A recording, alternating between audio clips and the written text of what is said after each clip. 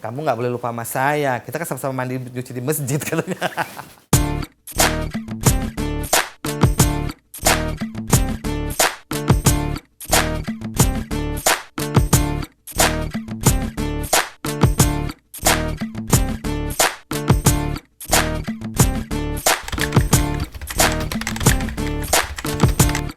Bukan pasti ada, banyak banget ya. Kadang-kadang gini kan orang jadi artis itu kan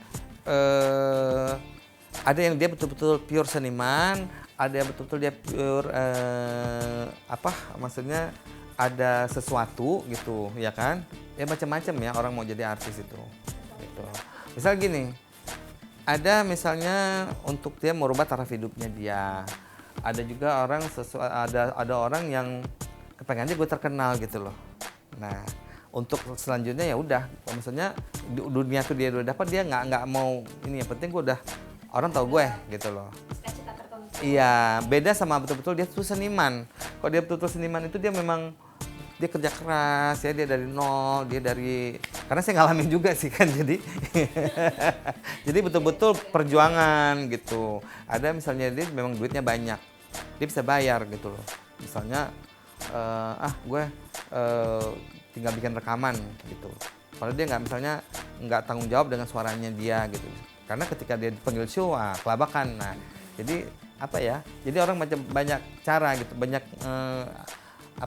banyak ininya lah, banyak cara untuk ya gitu iya.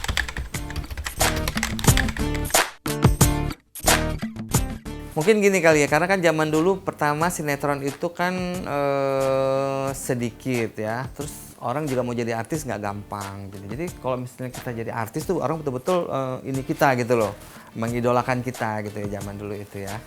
Nah, cuman kadang-kadang kita kejebak dengan dunia itu gitu loh. Kadang-kadang kita nih star syndrome ya, mungkin juga dengan mental yang belum siap gitu. Karena kan kayak saya ini kan siapa sih? Saya cuma penata rias aja gitu ya. Tentu jadi cudar gitu ya kan.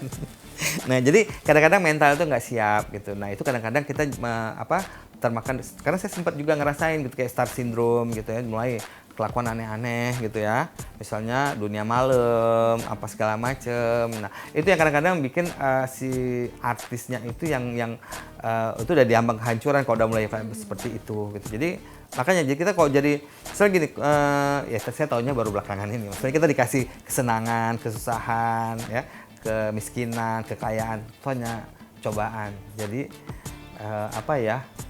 kitanya yang harus memaintain diri kita, memanage diri kita, karena kalau kita lost control, ya akibatnya seperti itulah. Itu saya bilang, kena star syndrome. Star syndrome itu paling bahaya banget gitu. Jadi banyak artis yang tiba-tiba langsung down gitu tuh karena dia kena star syndrome gitu.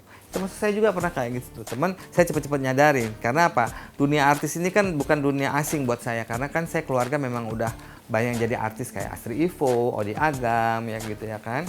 Nah, jadi saya udah tahu. Nah, makanya ketika saya kena star syndrome, saya cepet-cepet bisa balikin lagi gitu loh. Ya pernah kena cobaan juga sih gitu ya. Nah, jadi kayak Ken misalnya. Ken itu juga sebenarnya dia sih jatuh banget sih juga enggak. Karena dia setelah dia menjadi Wiro Sableng, ketika itu dia ada masalah gitu. Karena kan saya makan Ken kan kita satu produser nih ya kan. Nah, itu mungkin ada ini sedikit ya, ada masalah sedikit gitu sehingga dia keluar dari Wiro Sableng gitu. Dia keluar dari Wiro Sableng. Cuman kan karena kecintaan dia sama Wiro itu loh, dia masih kepengen belum ikhlas untuk melepaskan predikat dia sebagai Wiro Sableng ya kan. Dia bikinlah sinetron semacam Wiro Sableng. Mungkin apa kali ya kalau saya bilang dia salah manajemen apa gimana gitu. Nah, di situ yang tiba-tiba ya, karena kan dia pakai modal sendiri. Nah, kalau itu kan Ken kan lagi tenar-tenarnya ya, duitnya banyak gitu. Jadi ya udah mungkin dia pikir aku bisa sendiri gitu. Ternyata ya kadang-kadang kan kita kan rezeki apa segala macam udah Allah yang ngatur ya. Jadi belum tentu di sini bagus, di sini bisa, itu belum tentu gitu loh. Mungkin ya saya nggak kurang paham ya, mungkin apa salah di manajemen atau apa. Makanya kita ketika lagi jaya-jayanya itu kita mesti ini ya, mesti mesti hati-hati sekali gitu loh. Jangan sampai salah langkah gitu loh.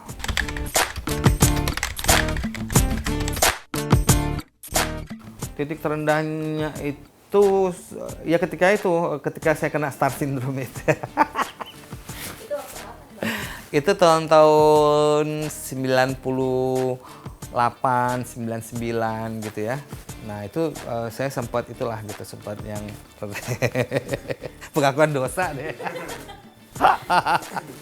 Nah jadi pernah kena gitu, sehingga saya kehilangan mobil, terus job berkurang, udah gitu lagi ya banyak lah nah semenjak itu terus ke bawah gitu loh. Nah terus saya bikin album sendiri, nggak naik ya kan.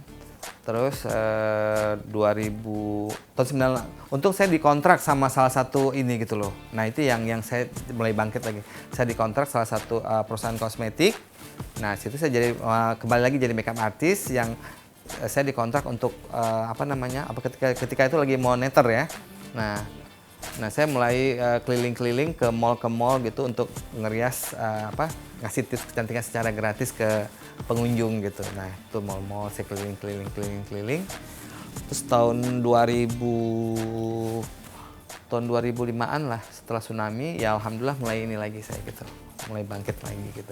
Enaknya kalau misalnya saya nggak bisa bilang ada sesuatu yang nggak bisa dilupakan gitu, karena semua yang kejadian yang saya alami itu adalah semuanya kenangan indah gitu, kenangan manis, walaupun misalnya saya harus melaluinya dengan sakit, dengan perih, dengan apa, tapi saya tanggapi itu semuanya dengan santai aja, dengan indah aja. Karena kayak misalnya saya dulu kabur dari rumah misalnya kan, saya harus nyuci mandi di masjid. Kebayangin saya dari anak manja sampai yang saya betul-betul mandiri. Tapi saya lakonin ya enak aja gitu, indah aja gitu. Malah kalau dikenang sekarang jadi kenangan manis gitu ya. Apalagi pernah ada orang tuh waktu itu saya show di Pondok Indah gitu, saya nyanyi, ada bapak-bapak, "Hei Ji, kamu hebat ya sekarang." Wah, saya bangga banget. Masih ingat saya nggak? Saya lupa gitu. "Siapa ya Pak ya?" Kamu nggak boleh lupa sama saya. Kita kan sama-sama mandi cuci di masjid katanya. Iya. Oh iya gitu. Jadi susah kok dibilang misalnya kenangan yang terindah kalau misalnya dalam selama karir saya, karena misalnya semua kejadian tuh semuanya indah, misalnya apalagi masa-masa syuting gitu ya, dengan kru, dengan kita udah kayak saudara, karena kan kita syutingnya jauh-jauh kan dulu, bisa di Pangandaran, Sukabumi lah, di mana lah gitu ya. Jadi kita di pool tuh kan jadi nyatu kan gitu, itu yang bikin akrab ya antara sama pemain, sama saya juga sampai sekarang sama Ken tuh kita masih chatting-chattingan, masih telepon-teleponan gitu.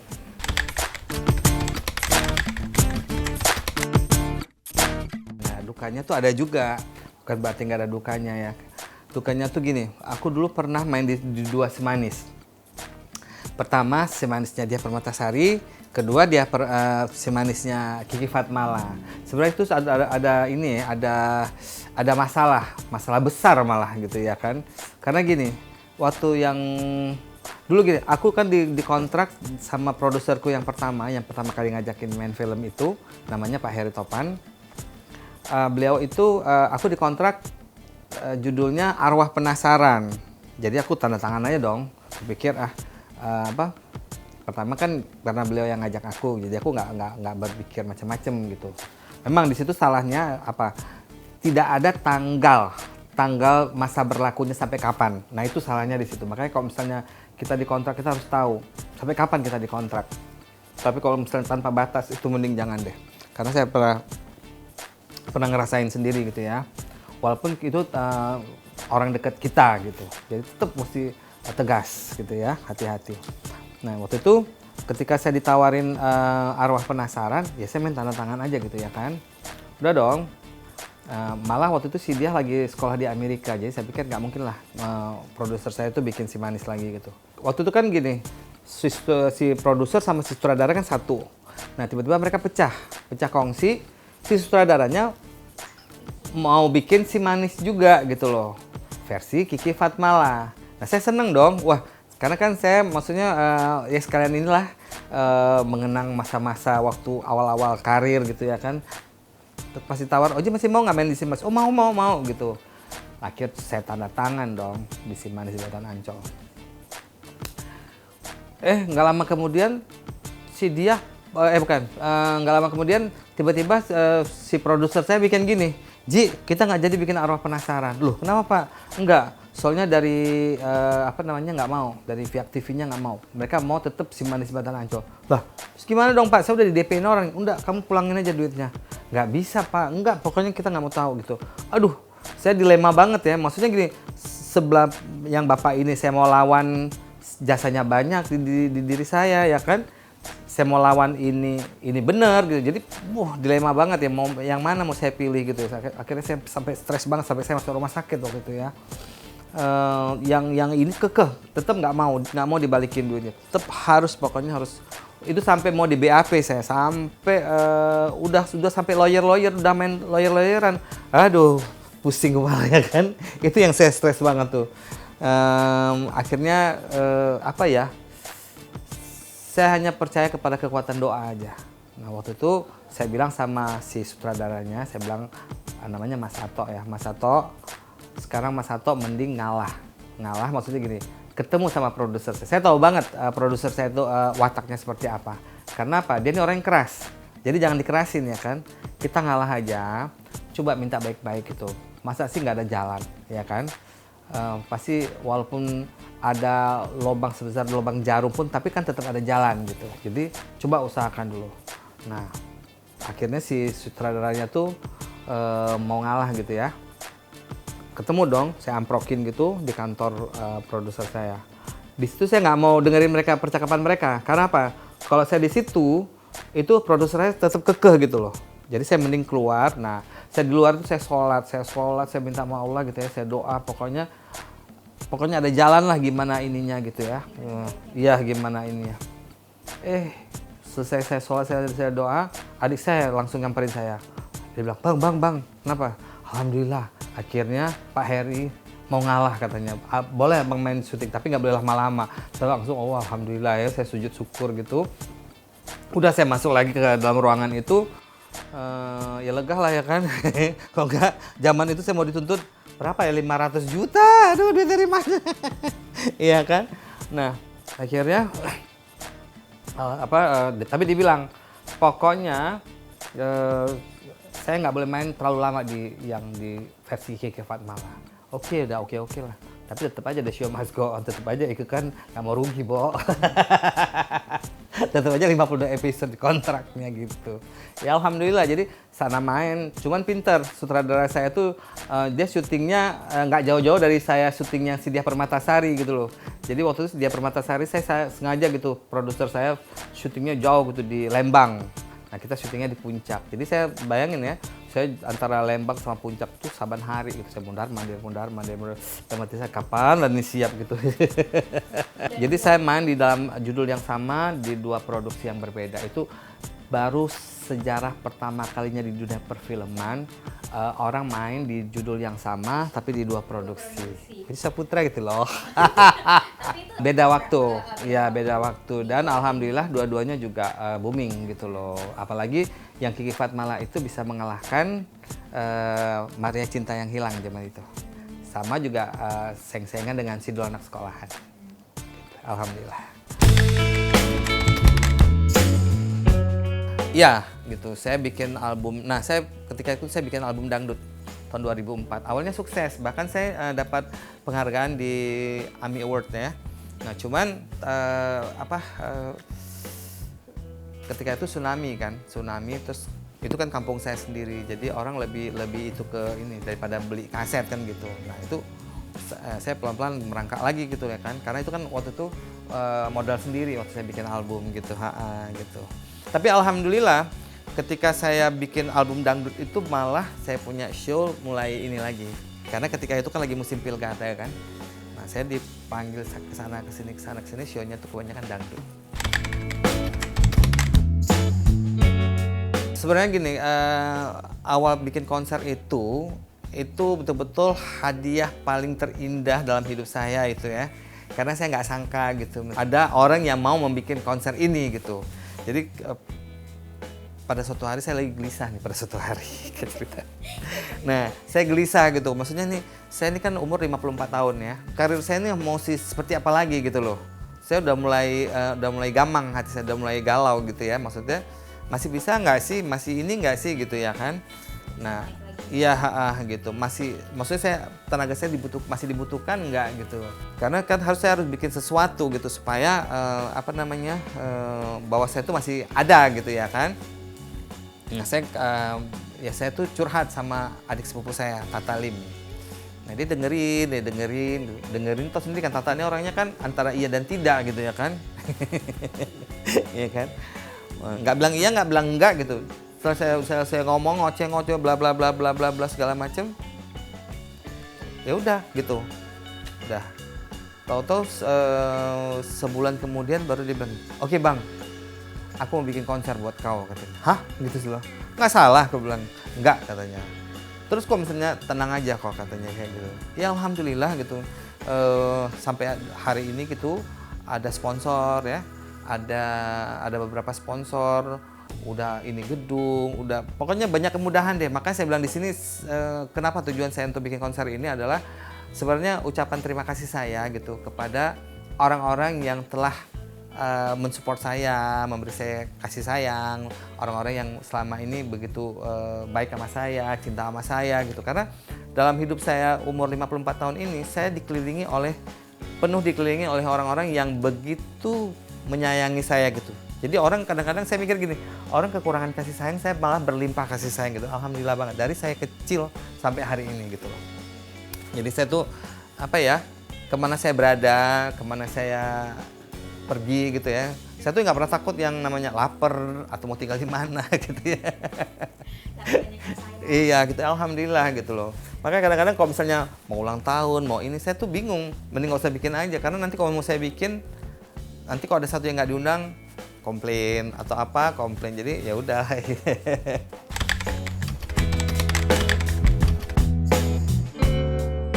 Ya nangis lah, kaget gue. Karena gini, kenapa saya nangisnya tuh nangis terharu gitu. Maksudnya kalau si Tata ngomong tuh saya masih yang hah? Tapi saya nggak mungkin lah gitu ya. Mau dia bikin gitu kan, coba mau berapa biaya coba. Kok saya disuruh biaya nggak, saya sendiri juga udah kok biaya sendiri ya kan. Sewa gedung, ini bayar pemusik, belum lagi ongkos latihan, bayar ono itu ya kan. Itu kan nggak sedikit biayanya ya kan. Nah jadi saya masih cuek. Nah begitu pers conference itu kemarin, saya lihat, ini kok udah mulai ini nih ya, wartawan udah banyak, udah ini bisa diwawancara. Nah itu yang saya mulai. Ini mungkin kalau saya ngomongin saya bisa nangis lagi nih gitu ya kan. Kalau ingat gitu. Karena apa? Kemarin tuh saya nggak terlalu peduli, karena gini, saya kebiasaan saya orangnya, kalau tidak ada di depan mata atau saya pegang gitu sesuatu yang udah saya pegang, nanti saya belum percaya. Misalnya kamu gitu ngomong, nanti begini nanti itu nggak saya tanggapin. Tapi kalau udah begitu, tapi begitu udah di depan mata, saya bilang, hah? Kok udah mulai ada wawancara, udah mulai ada ini. Sampai hari ini alhamdulillah gitu ya, maksudnya ya saya bersyukur banget gitu loh. Misalnya sampai hari ini saya bisa ke kapan lagi di wawancara seperti ini gitu ya. Ini yang apa ya, berarti kan kalian memberikan suatu appreciate kan gitu. Kenapa saya dipanggil ke sini, saya masih diwawancara kan, itu kan penghargaan buat saya gitu ya. Kan itu kan saya menerimanya tuh yang penuh rasa sukacita, terharu, itu udah jadi pasti loh. Jadi kalau mau diomongin pasti gue nangis lagi nih.